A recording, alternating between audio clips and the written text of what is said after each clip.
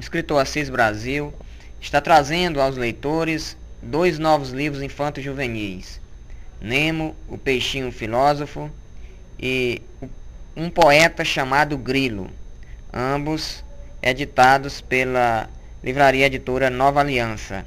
Nós vamos conversar com ele a partir de agora a respeito desses livros. Assis, inicialmente, qual é o grande desafio de fazer literatura para crianças e adolescentes?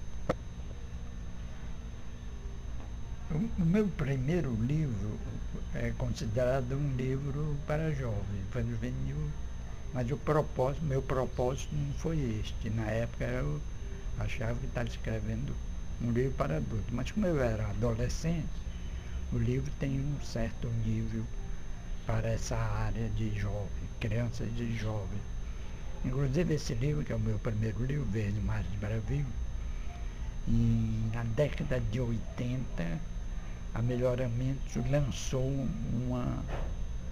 uma versão desse livro. Eu apenas diminuí o tamanho e a Melhoramentos lançou exatamente para a área infanto-juvenil.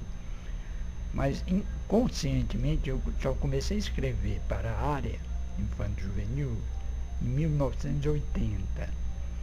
Eu, na época, antes, uns 2 anos, eu estava fazendo muita pesquisa ecológica. Eu sou apaixonado pela natureza, pelos bichos, pelos índios. E devido a essa minha pesquisa, foi uma pesquisa longa, além da pesquisa de campo, que eu visitei aldeias de índio, estive em Manaus, viajei pelo interior do Amazonas, viajei pelos Solimões, Rio Negro, Solimões, Solimões principalmente é um rio selvagem. Então me deu a ideia de escrever para a área infanto-juvenil, mas antes eu discuti muito com alguns amigos. A pergunta era o seguinte: que linguagem você deve usar para a literatura de jovens, de crianças? Um amigo meu, muito interessante, ele me disse: olha, a diferença é mínima, você não deve ter medo não, você pode escrever como você escreve para adulto. Claro que ele tem um certo limite, né, de conceitos, principalmente na área ética. E um dia, com a cabeça cheia dessas pesquisas, eu sonhei, curioso isso aí, com uma história que se passa no Amazonas, com um índio e um branco, né, o relacionamento dos dois. Quando foi de manhã, isso de vez em quando me acontece isso, sonhar com as minhas histórias. Eu estava com a história toda pronta na mente. É a minha primeira história das aventuras de Gavião Vaqueiro. Se chama Um Preço pela Vida. Aí, daí em diante, eu comecei a escrever outras histórias ambientadas na região amazônica, né, que dá um certo cunho assim, de aventura, né, ecologia, os bichos da Amazônia. Então me dava muito, o tema era muito amplo para eu fazer essa série que de fato eu escrevi com o mesmo personagem, que o personagem é piauiense, né? Ele sai do Piauí muito jovem, vai para a Amazônia com o pai, e lá ele se transforma numa espécie de ecologista, amigo dos índios, aventureiro. Daí que eu fiz uma série com esse personagem. Nós podemos observar, Assis, uma recorrência em seus livros infanto-juvenis.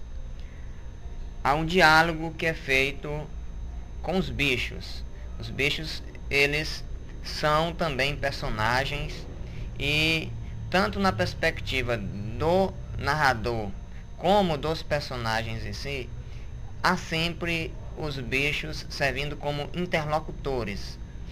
Qual é precisamente a sua intenção ao utilizar os bichos como interlocutores? Nós sabemos que a literatura infanto-juvenil, vez por outra, há autores que caem no equívoco de passar uma lição moralizante utilizando os bichos. Essa não é precisamente a sua intenção. Qual é a intenção de utilizar de forma recorrente os bichos na sua literatura infanto-juvenil? Isso é verdade. O curioso é que muitas pessoas, quando eu apresentava os livros para alguns editores, aí eu comecei a escrever muito, não só a série de Aventura Gavião Vaqueiro, como outra linha, né? Exatamente endereçando para a área dos jovens. Muitos editores me cobraram esse aspecto moralizante, porque naturalmente ele estava habituado com outros autores que eles fazem exatamente, eles destacam esse aspecto moralizante e de indução em relação aos jovens para o lado, vamos dizer, bom, né? Sair do lado maléfico, mal.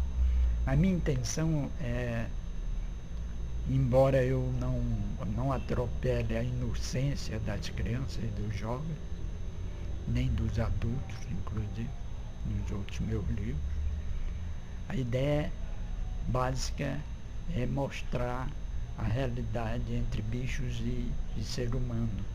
Eu li alguma coisa que há uma sintonia entre os bichos, tidos como irracionais, e o chamado racional, né, que seria o homem, que há uma comunicação entre eles.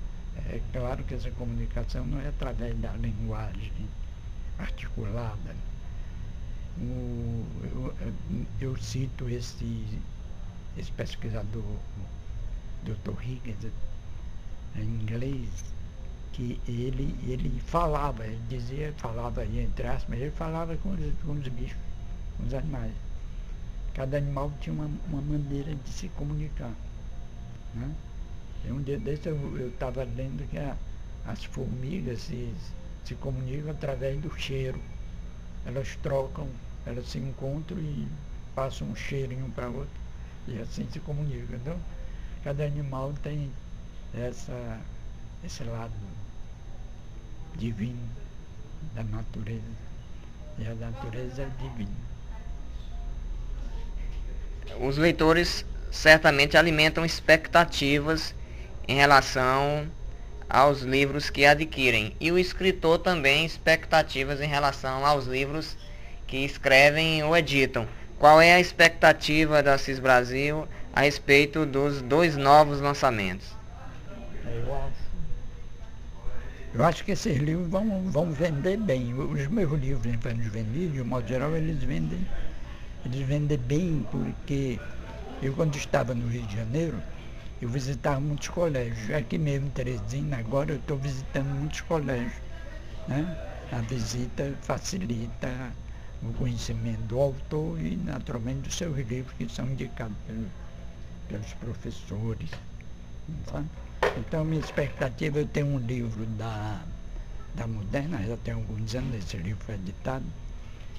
Ele está na 39ª edição, quer dizer, vendeu milhares, né? Uma vez eu fiz um cálculo com um amigo meu, que é livreiro, no Rio de Janeiro.